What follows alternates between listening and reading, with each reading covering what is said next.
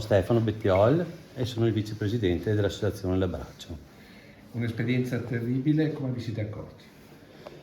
Beh, ci siamo accorti perché nostra figlia si era decisa di mettersi in forma, però in poco tempo ha perso il controllo e fortunatamente qualcuno ci ha indicato la via e ci siamo fatti aiutare. L'importante è non far da soli, cioè sentirsi un gruppo.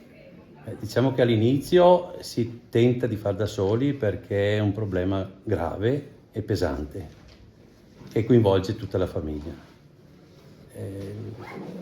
Poi uno si rende conto che da solo non ce la fa e quindi prova a farsi aiutare, insomma. Fortunatamente abbiamo trovato nel centro chi ci ha dato una mano. Per qualcuno che si trova all'inizio del vostro percorso, quale consiglio può essere? È fondamentale farsi aiutare. Nel dubbio chiedere. Adesso c'è anche l'associazione che può dare una mano, parlo sempre per i genitori ovviamente perché i ragazzi e le ragazze li segue il centro. Nel dubbio chiedere, ma potrebbe mia figlia avere quel determinato problema?